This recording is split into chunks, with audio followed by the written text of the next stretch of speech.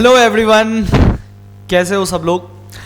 वो जो 100 डेज बचे हुए हैं तो मैंने और गिरनार सर ने सोचा कि क्यों ना 100 डेज प्लानिंग बताई जाए ड्रॉपर वाले बच्चों के लिए कि आखिर 100 डेज में आप फिजिक्स में मैक्सिमम कैसे स्कोर कर सकते हो।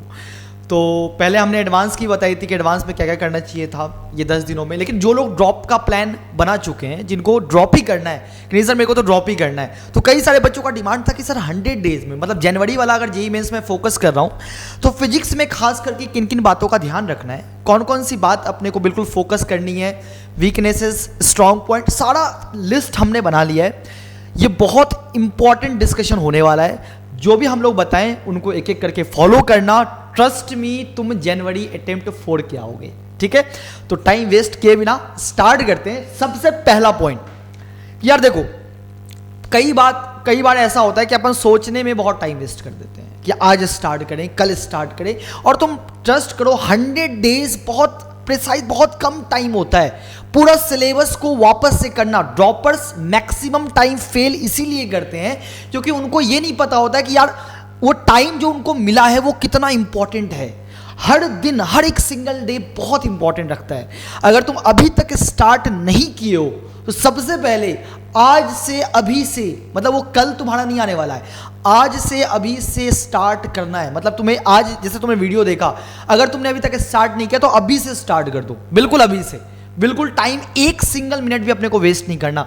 एक सिंगल मिनट हो सकता है तुम्हें 4 नंबर दिलवा दे, एक दिन से पढ़ाई से हो सकता है वो तुम 4 नंबर एक्स्ट्रा ले आओ। इसीलिए टाइम वेस्ट नहीं करना, बिल्कुल आज से ही स्टार्ट करना है। ठीक है, अब अगला पॉइंट है रियलाइज स्ट्रेंथ एंड वीकनेसेस। तो इसके बारे में थोड़ा गिरनार से तुम्हें बताएंगे। हाँ भाई, क्या हाल है।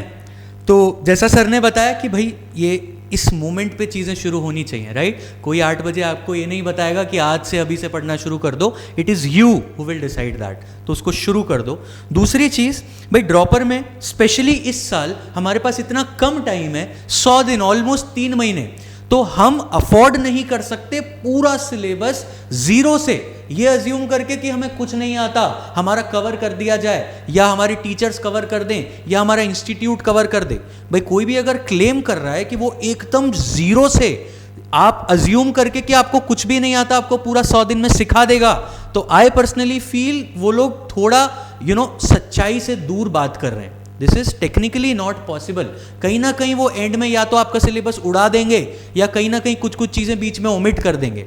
ऑनेस्टली ये वक्त कम है, बट इसको कंस्ट्रक्टिवली लेना है, डरना नहीं है। कम वक्त है तो उसके लिए सबसे पहले आप अपनी सेल्फ प्रिपरेशन करें कि भाई कौन से ऐसे टॉपिक्स हैं जो मुझे थोड़े थोड़े आते हैं, राइट। कौन से ऐसे टॉपिक्स हैं जो मुझे बिल्कुल नहीं आते हैं, और कौन से ऐसे टॉपिक्स हैं जो मुझे अच्छे से आते हैं। भले ही आपको जो टॉपिक्स अच्छे से आते हैं वो 10 में से लेट से 1 हो, पर वो आता है, वो टाइम आपका कम लगना चाहिए, राइट। उसकी क्लासेस जैसे ही आपकी चलेगी, भाई हम तो कंटेंट प्रोवाइडर है, राइट, हम तो आपको क्लासेस प्रोवाइड कर देंगे, बट आप उस टॉपिक में कितना टाइम स्पेंड करेंगे ये आपको डिसाइड करना है, राइट। तो जो टॉपिक्स आपकी स्ट्रेंथ हैं उन टॉपिक्स में रिलेटिवली कम टाइम जाना चाहिए, जो आपकी वीकनेसेस हैं उन पे ज्यादा टाइम जाना चाहिए। इसको आप स्मार्ट वर्क बोलेंगे, राइट। तो ये एनालिसिस मेरा या शांतनु सर का या किसी फलाना टीचर का नहीं हो सकता। ये एनालिसिस आपका ही होगा कि भाई मुझे लेट से रोटेशन में दिक्कत आती है तो मैं रोटेशन को ज्यादा टाइम दूं, मुझे अगर इलेक्ट्रोस्टैटिक्स में दिक्कत नहीं आती है तो मैं उसको रिलेटिवली कम टाइम दूंगा, राइट। तीसरा सबसे इंपॉर्टेंट पॉइंट है प्लानिंग एंड शेड्यूलिंग। भाई अब अपने को पता ही नहीं है कि कैसे पढ़ाई करनी है, एक प्रॉपर प्लान होना चाहिए 100 डेज का। कई बार क्या होता है, हम लोग या तो फिजिक्स ही पूरा 2 महीने लगातार पढ़ने में लग जाते हैं, केमिस्ट्री पे ध्यान नहीं देते हैं, सोचते हैं केमिस्ट्री आखिरी के टाइम में हो जाएगा, या कई बार ऐसा होता है कि बच्चों को मैथ से मतलब डर लगता है या फिजिक्स से डर लगता है, तो अपन डर वाली चीज़ों को छोड़ ही देते हैं कि यार मैथ अपने से होगा ही नहीं, फिजिक्स अपने से होगा ही नहीं, और उससे दूर भागते हैं। वो प्लानिंग नहीं बनती अपनी। सबसे इंपॉर्टेंट है अभी सबसे पहले अपना शेड्यूल बनाओ। मैं क्लियरली बताऊं तो 12 से 13 घंटा, 12 to 13 आवर अगर तुम्हें पढ़ाई नहीं करते हो तो तुम बहुत अच्छा एक्सपेक्ट नहीं कर सकते हो। तुम्हें अब के टाइम में कम से कम 12 से 13 घंटा हर रोज पढ़ाई करनी पड़ेगी। कई लोग होता है जो सर इतने लंबे तक सीटिंग नहीं दे पाते। कई लोग बोलते हैं कि सर मैं 5 घंटे लगातार नहीं पढ़ पाता, तो तुम 2 घंटे पढ़ो, 10 मिनट का गैप ले लो, 15 मिनट का गैप ले लो, फिर 2 घंटे पढ़ो, जैसे भी करो, लेकिन कोशिश यही करो कि अपने को मैक्सिमम टाइम देना है पढ़ाई में। वो 12 घंटे का पूरा रूटीन बनाओ। दूसरी सबसे इंपॉर्टेंट बात, हर सब्जेक्ट को इक्वल टाइम देना है। कई बार होता है कि हम लोग मैथ बनाने में बहुत मजा आता है तो 5 घंटा मैथ में ही दे दिया, लेकिन जो अपना वीक पॉइंट है, मान लो फिजिक्स मेरा वीक है तो वीक से हम दूर भागकर उसको 2 ही घंटा देते हैं। ये काम मत करना। जो तुम्हारा वीक है उसमें अगर आधा घंटा एक्स्ट्रा देना पड़े तो वो बेटर ऑप्शन है। जैसा कि नाट सर ने तुम्हें बताया, सब्जेक्ट वाइज भी तुम ऐसा कर सकते हो, लेकिन ये कभी गलती से मत करना कि जो तुम्हारा स्ट्रांग है उसी में लगे पड़े हैं, उसी में 5 घंटा दे दिया, 6 घंटा दे दिया, वो काम मत करना। कोशिश यही करो इक्वल टाइम का डिवीजन हो, हर सब्जेक्ट को अपने को इक्वल टाइम देना है। जो वीक पार्ट है उसको तुम हाफ एन आवर या 1 आवर एक्स्ट्रा देना है तुम्हें, जो वीक पार्ट है। स्ट्रांग वाले पार्ट की बात नहीं कर रहा। तो ये इंपॉर्टेंट है, एक प्रॉपर प्लानिंग बनाओ हर चैप्टर वाइज कि आज अपने को ये चैप्टर करना है, कल अपने को ये चैप्टर करना है, और उस पर स्टिक रहना बहुत जरूरी है। कई बार होता है हम लोग रूटीन हमेशा ही बनाते हैं, मैं भी अपने स्टूडेंट लाइफ में कई बार रूटीन बनाता था और वो फॉलो नहीं हो पाता, वो फॉलो नहीं। तो ये बहुत इंपॉर्टेंट है कि रूटीन अगर तुम आज बनाते हो तो वो फॉलो होना चाहिए। वो टाइम टू टाइम तुम्हें एनालाइज करना है कि क्या मैंने जो रूटीन बनाया क्या मेरा फॉलो हो रहा है सही से, वो बहुत इंपॉर्टेंट है। तो रूटीन बनाओ, 100 डेज का प्लानिंग करो, सब्जेक्ट वाइज प्लानिंग करो और उस पर बिल्कुल स्टिक रहना है। आई बात समझ में?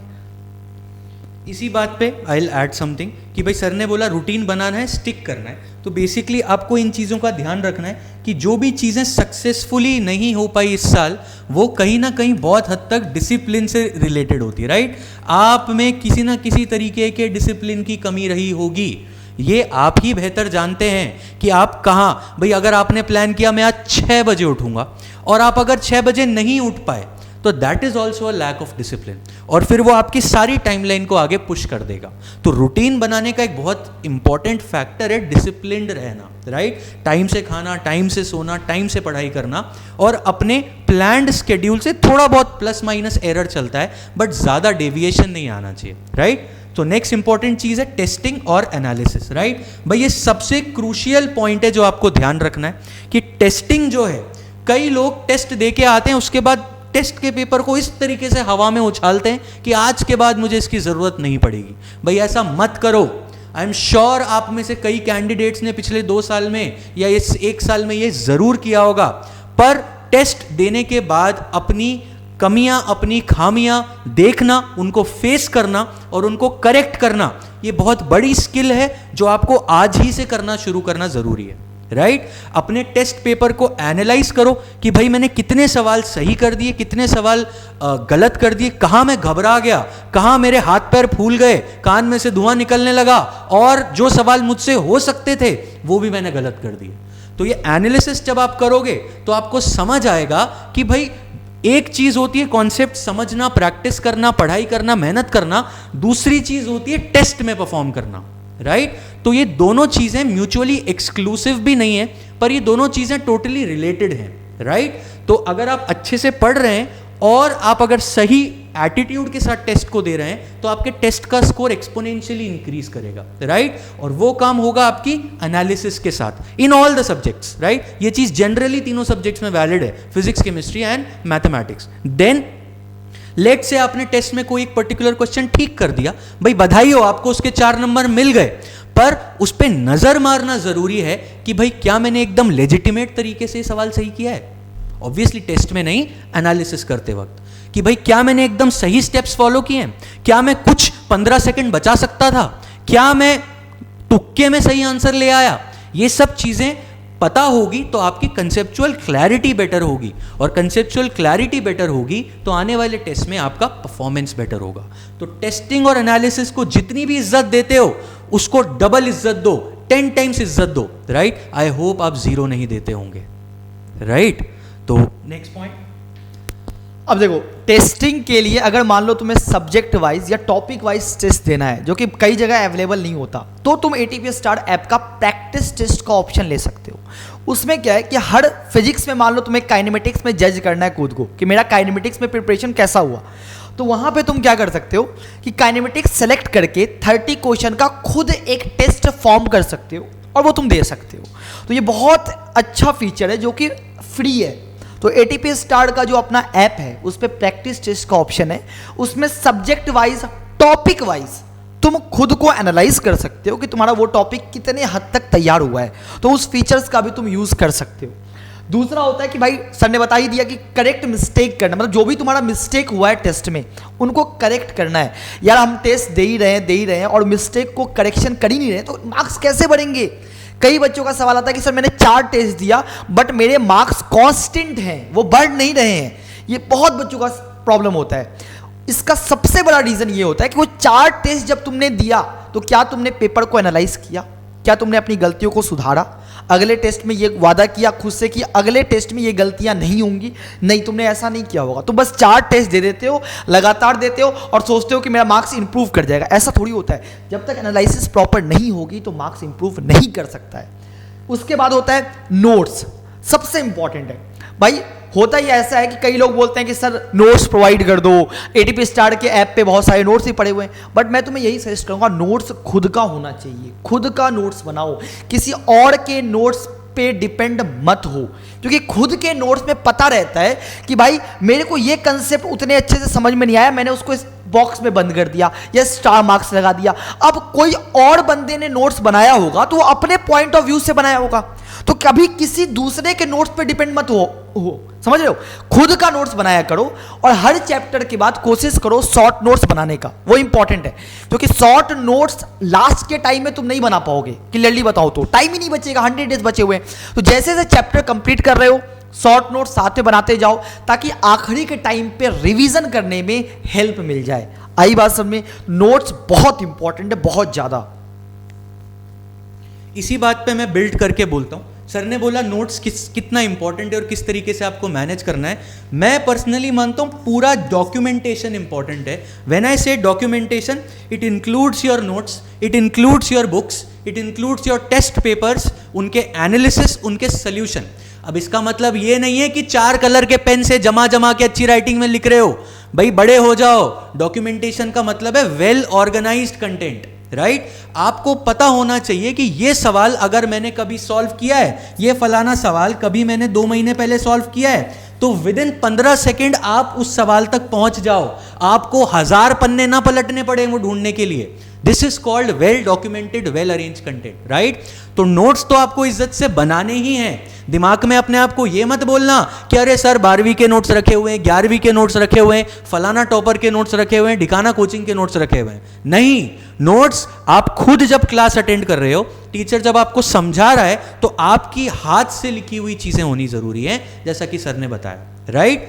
तो डॉक्यूमेंटेशन को इज्जत दो, और ये सिर्फ एग्जाम में काम नहीं आएगा, ये पूरी लाइफ आपके काम आएगा। It's a best life skill that you can have, कि आप जो भी काम कर रहे हो वो प्रॉपरली आपने डॉक्यूमेंट किया हुआ है, इंक्लूडिंग ऑल इट्स एस्पेक्ट्स, ठीक है। तो डॉक्यूमेंटेशन का खास तौर पे ध्यान रखें। उसके बाद भाई जगह जगह मुंह मारना बंद करो, राइट। स्पेशली फिजिक्स में, भाई फिजिक्स में अगर आप एक ड्रॉपर हैं तो आपकी जिम्मेदारी बनती है, आपका उत्तरदायित्व है कि आप 50 तरह की किताबों पे मुंह ना मारें या आप 50 तरह के वीडियोस ना देखें, राइट। आप स्पेसिफिक ऑर्गेनाइज्ड कंटेंट देखें जो इधर आपका इंस्टीट्यूट आपको दे रहा है, या फिर एटीपी अगर आप सब्सक्राइब्ड हैं तो आपको एटीपी से जो फॉर्मल कंटेंट मिल रहा है, और कुछ स्टैंडर्ड टेक्स्ट बुक, जैसे भाई श्री 1008 एच.सी. वर्मा जी की किताब, राइट। तो it's is well renowned and credible sources, right. तो क्रेडिबल सोर्सेस से पढ़ाई करें। 50 किताबें सामने रख लेने से कॉन्सेप्ट क्लियर नहीं होगा, राइट। उस किसी भी एक किताब को डूब जाके पढ़ लेने से कॉन्सेप्ट क्लियर होगा, राइट। तो वॉल्यूम से ओवरवेल मत करो अपने आप को कि भाई मैंने 1 करोड़ पन्ने इकट्ठे कर लिए फिजिक्स के, अब तो मेरा सिलेक्शन कोई नहीं रोक सकता। लिख के ले लो, सिलेक्शन नहीं होगा। जितना ज्यादा अपने आप को बर्डन करोगे उतनी ज्यादा तकलीफ होगी। सिलेक्टेड कंटेंट रखो, स्पेसिफिक कंटेंट रखो, राइट। रेलेवेंस कंटेंट की बहुत जरूरी है। अंट शंट फालतू किताबों को आसपास फटकने मत दो, राइट। सेम गोज विद फालतू नोट्स, राइट। और अगर कंटेंट की बात है तो कई बच्चों का सवाल रहता है कि सर क्वेश्चंस न्यूमेरिकल कहाँ से प्रैक्टिस करें। मैं तुम्हें क्लियरली बताऊं तो तुम्हारे पास ऑलरेडी वो अवेलेबल है। SC वर्मा बुक तुम लोगों के पास अवेलेबल होगी। कई बच्चे SC वर्मा का ऑब्जेक्टिव शॉर्ट आंसर एग्जाम्पल नहीं करते हैं, वो बहुत सबसे बेस्ट होता है, उनको कर सकते हो। दूसरा आता है प्रीवियस ईयर क्वेश्चन, जो अभी तक जेईई मेंस पे सवाल आए हुए हैं, उनको कर सकते हो। अब तुम्हारे पास एक सोर्स और है जो कि एडिशनल है, NTA अभ्यास के जो पेपर्स हुए हैं उनके क्वेश्चंस भी काफ़ी अच्छे हैं। तो ये मत बोलना कि सर मुझे पता ही नहीं है, 10 बुक की तरफ भाग रहे हैं, जैसे सर ने बताया, कभी DC पांडे सॉल्व कर लिया, कभी सिंगेज कर लिया, कभी ये कर लिया, वो काम मत करना। तुम्हारे पास ऑलरेडी बहुत अच्छे अच्छे सोर्स हैं, प्रीवियस ईयर क्वेश्चंस बेस्ट हैं, साथ में NTA अभ्यास के भी क्वेश्चंस हैं, कुछ SC वर्मा के क्वेश्चंस हैं। इतना है कि तुम 3 महीने में इससे ज़्यादा कर भी नहीं पाओगे। तो बेटर यही है कि जो सबसे क्रेडिबल सोर्स हैं उन पे ही ध्यान दो, बुक्स के ऊपर मत भागो।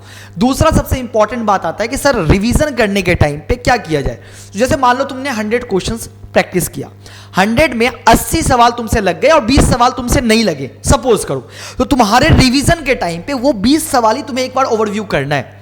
जो 80 क्वेश्चन तुमसे पहले लग चुके हैं वो तो हमेशा ही लगेंगे, लेकिन जो 20 सवाल नहीं लगे थे तुमसे पहली बार काइनेमेटिक्स सॉल्व करने में, उनको गोला मार कर लो, उनको ही अपने को देख कर जाना है। ऐसा मत करना कि सर कभी काइनेमेटिक्स का टेस्ट है तो मैंने क्या किया, पूरा दिन काइनेमेटिक्स के थ्योरी, न्यूमेरिकल, एस्टिमेट लगाने बैठ गया।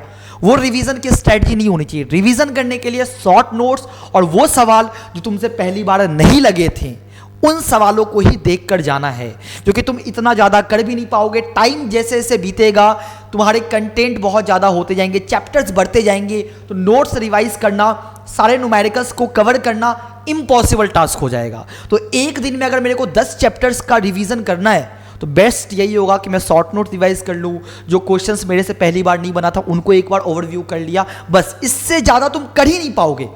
अगर तुमने एक चैप्टर के पीछे भागा तो पूरा दिन उसी में लग जाएगा। तो ये इसीलिए इंपॉर्टेंट है, शॉर्ट नोट्स बनाओ और जो भी क्रेडिबल सोर्स हैं जिनका न्यूमेरिकल तुमने प्रैक्टिस किया है, जो तुमसे पहली बार नहीं बना, उनको ही देख कर जाना है।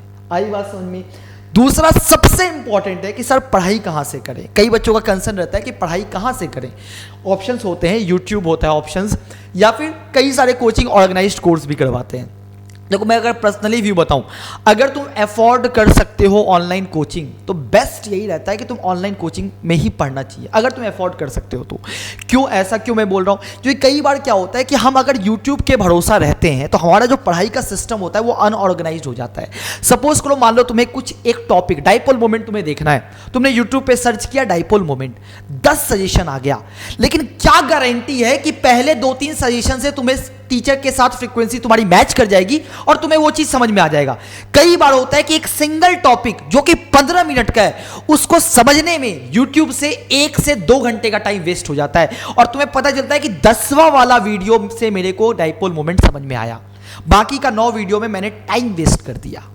तो इसीलिए YouTube बहुत बड़ा डिस्ट्रैक्शन है अगर तुम तैयारी करते हो तो।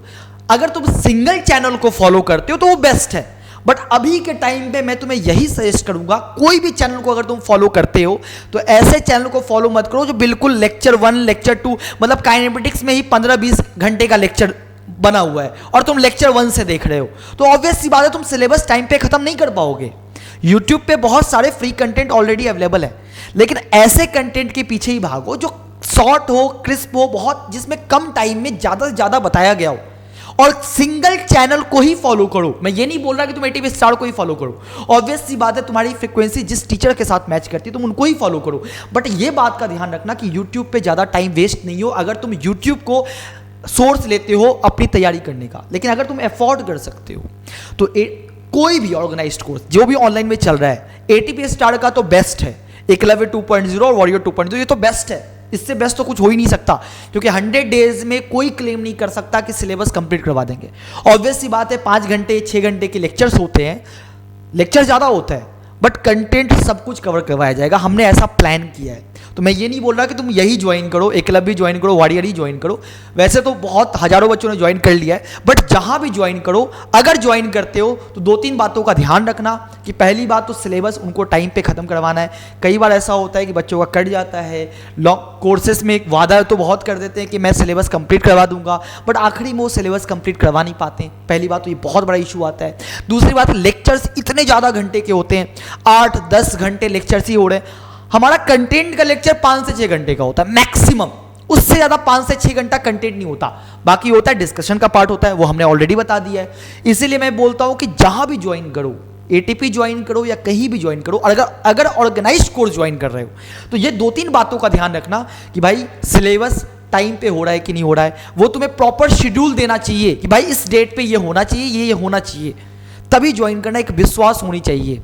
और खुद अगर तैयारी कर रहे हो तो सिंगल चैनल को फॉलो करना, मल्टीपल चैनल की तरफ मुंह मत मारना, वरना टाइम वेस्ट कर दोगे। यूट्यूब से बहुत लोगों का कट चुका है, बहुत लोगों का भला भी हुआ है और बहुत लोगों का कट भी चुका है।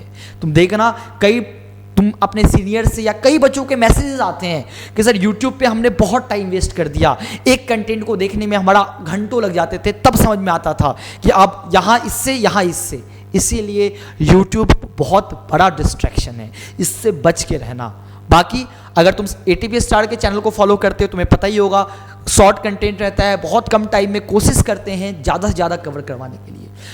ठीक है, इसी बात पे एक और चीज़ ऐड करूंगा भाई, अगर किसी का आर्ग्यूमेंट है कि सर यूट्यूब पे सब अवेलेबल है, तो भाई टेक्निकली तो फिर आपको कॉलेज जाने की भी ज़रूरत नहीं है, राइट। यूट्यूब पे इंजीनियरिंग भी अवेलेबल है, आप मास्टर्स भी कर सकते हैं, आप पीएचडी भी कर सकते हैं। जितनी भी इंफॉर्मेशन दुनिया में है इंटरनेट पर और यूट्यूब पर, वो सब अवेलेबल है। पॉइंट वो नहीं है, पॉइंट अवेलेबिलिटी नहीं है, पॉइंट है आपके जीवन में अभी जो वक्त चल रहा है उसके हिसाब से रेलेवेंट कंटेंट, राइट। तो अगर आपको एग्जैक्टली पता है कि मुझे ये टॉपिक कितनी देर और कितना पढ़ना है और उसके बाद कितने सवाल प्रैक्टिस करने हैं, तो ये आपको यूट्यूब से तो नहीं मिलेगा, राइट।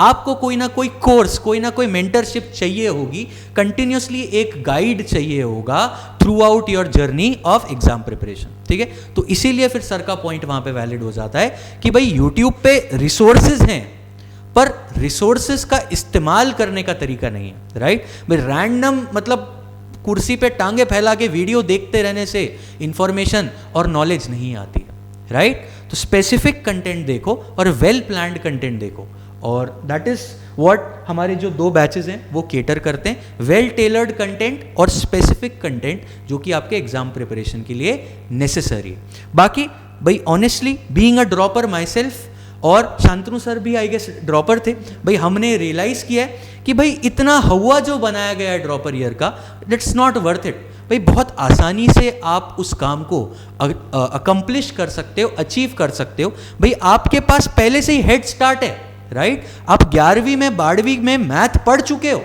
आप गणित पढ़ चुके हो, आपको कैलकुलस आता है, आपको वेक्टर आता है। हाँ, कितना अच्छे से आता है वो आपके इंडिविजुअल केसेस में आपको पता होगा, बट आपके पास बहुत बड़ी मैथमेटिकल बैकिंग है और ये फिजिक्स में बहुत फायदा करने वाला है, चाहे आप कोई भी टॉपिक पढ़ो, राइट। तो आप ऐसा ना समझें कि भाई मैं तो 11th, मैं तो मान लेता हूं कि मैंने 11th 12th पढ़ी ही नहीं और मैं 13th में फिर से पूरा पढ़ लूंगा।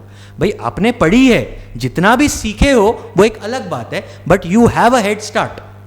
आप आगे हो उन सब कैंडिडेट से जो पहली बार ये कंटेंट पढ़ेंगे, राइट। तो इसीलिए अगले जो जनवरी अटेम्प्ट आएगा उसमें आप हेड स्टार्ट पे होंगे, आपने एक ज़्यादा टाइम उस कंटेंट को दिया है, तो आपके सिलेक्शन के चांसेस नेचुरली बहुत बढ़ जाएंगे, बशर्ते आपने आने वाले 100 दिनों को मिट्टी में नहीं मिला दिया है, राइट।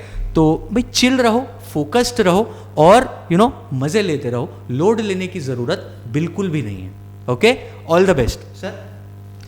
ठीक है, तो फाइन, मचाना है, फोड़ के आना है, ठीक है ना। जनवरी वाला जेई मेंस सबको फोड़ना है, ठीक है। और बिल्कुल ऑर्गेनाइज्ड, आज से स्टार्ट कर दो, अभी से स्टार्ट कर दो, टाइम 1 मिनट भी वेस्ट नहीं करना है, ठीक है ना। मिलते हैं अगले वीडियो में, bye, take care, all the best. और किसी को भी अगर कोर्स के बारे में जानकारी चाहिए तुम सपोर्ट के नंबर पे कॉल कर सकते हो, ठीक है। बाय।